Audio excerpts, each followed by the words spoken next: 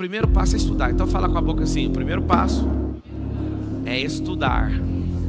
Estudar. Se você entender o que é isso, você vai lutar contra uma pessoa. Você estudou uma vida inteira de boxe, mas se você não estudar o oponente,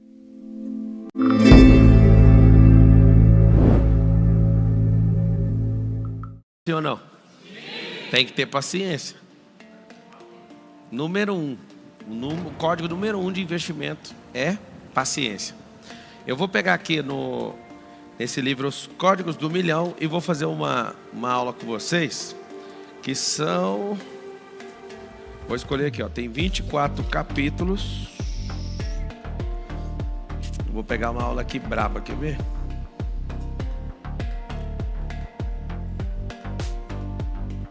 Sumiu a aula que eu queria. Foi de propósito, né, que sumiu. Página 121. Vou abrir na página 121. Apesar de eu não precisar nunca de olhar nessas coisas para dar uma aula, eu vou te mostrar um negócio. Primeira coisa que você tem que fazer, se eu te der uma grande missão e você não souber nada sobre essa missão, o que é a primeira coisa que você tem que fazer? Primeira coisa é estudar a missão. Uma das coisas que mais me encantou até hoje é ver a capacidade de certas pessoas, que essas pessoas não sabiam nada daquilo, mas se elas falarem eu vou fazer, elas precisam fazer algo, elas precisam estudar. Eu lembro de entrar em alguns desafios sem saber nada, estava zerado de conhecimento. Então quando você está zerado de conhecimento, não significa que você precisa de fazer aquilo por 10 anos. Tem níveis de estudo. Você pode pegar o teórico, pega um livro, estuda teoricamente, beleza. Tem um outro nível, perguntar para quem já faz, é outro tipo de estudo. Terceiro nível de estudo, eu vou te mostrar aqui. Se você bater nesses 5, você já vai tomar um choque e vai falar assim: ah, então tá fácil bater esse resultado. Se você tiver zerado do conhecimento, zerado do network, zerado do ambiente, você não consegue fazer, pode ficar tranquilo. Sua cabeça não aceita, ela fica fechada. Por que eu faço muita questão de investir uma grana pesada em viagem? Acredite, eu vou nos lugares, por exemplo, eu estava no México. Aí as pessoas pegaram uma lista de vários lugares para conhecer. Vamos nadar com o golfinho, vamos fazer não sei o quê. Aí eu fico olhando assim, que experiência que me falta, que experiência que me falta. Eu não fico igual um turista caçando, vamos ver a pirâmide, vamos ver não sei o quê. Eu falo, cara, essa experiência tá me falta, essa aqui tá. Aí as pessoas falam, mas por que você escolheu a coisa mais paia? Eles falam desse jeito. Aquilo que ninguém tá afim de ir, mas eu falei, porque tá faltando essa experiência. Um turista, ele quer bater foto com tudo e ele ignora que ele precisa de certas experiências. Ele quer sair viajando em tudo, mas ele poderia pegar uma tarde e ir num lugar e abrir a cabeça. Tava voltando agora, lá de São Carlos, no Rally.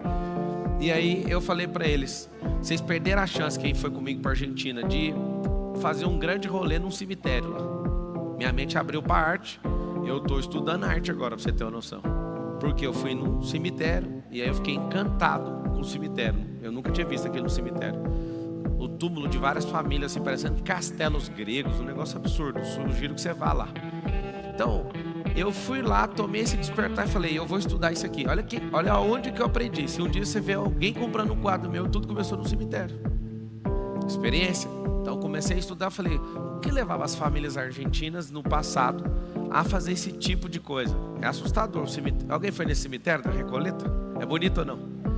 É assustador. Então, primeiro passo, quando eu falo estudar, vem algo na sua cabeça. Pegar um livro chato do MEC e ficar vendo as figurinhas. Não é. Estudar é um negócio que você pode acessar o ambiente, você pode ir atrás da pessoa que tem o que você está estudando, você pode ir num livro, você pode ir num vídeo, você pode participar de um movimento. Vários de vocês que não sabem o que fazer, é simples. O primeiro passo é estudar. Então fala com a boca assim, o primeiro passo é estudar. Estudar. Se você entender o que é isso, você vai lutar contra uma pessoa. Você estudou uma vida inteira de boxe, mas se você não estudar o oponente e não souber as forças e as vulnerabilidades dele, você pode tomar uma surra, mesmo sendo forte. Por quê? Porque se você não estudar o campo do que você está entrando, se você não estudar o oponente, se você não estudar as fraquezas, estudar as vulnerabilidades, mesmo sendo forte, você vai levar. E aí a pessoa estuda e é boa de dar porrada, mas não é boa de psicológico. Ela tem que estudar isso. Uma das coisas que mais derrubam atletas é a questão mental. Tem gente que é mais forte que eu e foi provado nesse Ironman. A pessoa treina todos os dias, tem 17 anos. Eu não treino todo dia, mas a minha resistência mental é muito mais assustadora. Então, não treinando todo dia, mas decidindo e sabendo resolver planilha psicológica, eu consegui chegar mais de 1 hora na frente da pessoa que é mais forte que eu. E fica todo mundo doido. Aí alguém falou, mas também você tem dinheiro, mais dinheiro que ele. Você comprou uma bicicleta que anda sozinha. Pois é, 6 pessoas compraram a mesma bicicleta. E o último colocado, o penúltimo colocado estava com a bicicleta que eu comprei de 120 mil. A bicicleta dele não andou sozinha. Pergunta pra ele o que aconteceu. Ele falou, não sei, era um calor insuportável. Aí você pergunta pra mim, no mesmo lugar, no mesmo horário, eu não senti calor. O que eu fazia? Eu pegava as garrafas de água, ao invés de ficar bebendo, morrendo de sede, eu ficava pondo dentro da roupa. Porque eu entendo que a temperatura interna é ela que vai começar a explodir minha resistência. Então eu ficava o tempo inteiro jogando gelo dentro da roupa. E acredite, eu fiquei 9 horas e 46 de prova, fazendo o quê? Só resfriando. O meu corpo não subia a temperatura e minha mente ficava tranquila. A bicicleta era igual, mas a gente chegou só 6 horas de diferença. Era a bicicleta? A bicicleta pode ajudar, mas não vai resolver seu problema. Tá provado. Eu tava só esperando. Quando eu vi a tropinha comprando a bicicleta igualzinha, eu falei, pelo menos agora ninguém vai culpar a bicicleta. Se você estudar um pouco mais, Pablo, o que garantiu você fazer um Ironman sem fazer essa força toda? Não fiz força. Resistência é diferente de força. Eu estudei comportamento e comecei a ir atrás dos recordistas. Eles baixam a temperatura do corpo. Se você começa a correr demais e mexer demais... Hoje eu tava fazendo 5 km no aeroporto com o Nésio. E com os meninos que estavam lá no rally. E a gente começou a correr, o Nésio balançando o braço. Assim. Eu falei, Nésio, olha pro meu braço. Juntei o braço aqui e falei, balança menos. Aí ele falou, não, mas eu gosto de balançar. Eu falei, eu sei que você gosta, só que está custando dinheiro. Que dinheiro? Pro seu pulmão, pro seu coração. Balançando o membro aumenta a temperatura do corpo. Aí ele arregalou o olho, mas até isso. Quanto mais você estudar, mais fino você vai ser. Então nunca tenha preguiça de estudar. Não gosta de estudar em livro, vai estudar em vídeo. Não gosta de estudar em casa, compre a passagem e vá no lugar.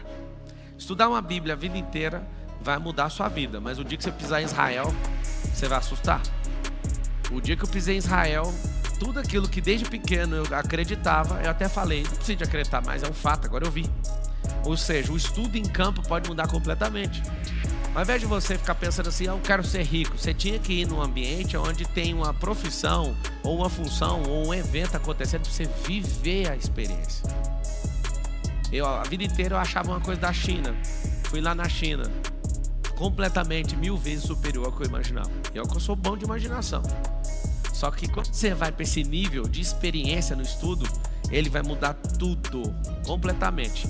Qual que é o nível que ninguém consegue chegar? Esse nível aqui, ó, anota aí, ó, conquista. Vamos pôr aqui tudo o verbo do infinitivo. Conquistar, estudar. Conquistar, como é que vai para essa conquista? A gente pode montar uma guerra de um país com outro. Não é na primeira batalha que você vai vencer a guerra. Dificilmente isso aconteceu na história. A não ser que alguém chegou com 50 mil soldados, chegou com 5 legiões de soldados contra alguém que estava com 300. Mas a gente tem uma história bíblica que mostra que os midianitas quiseram tomar. Na verdade, eles estavam avançando, contra o exército de Gideão. Gideão tinha 30 mil. Foi encher o saco de Deus, falou, a gente tá com pouco. Os caras têm 135, nós temos 30 mil. Deus falou assim, exclui os medrosos. Sobrou só 10 mil. Então 20 mil já saíram da guerra.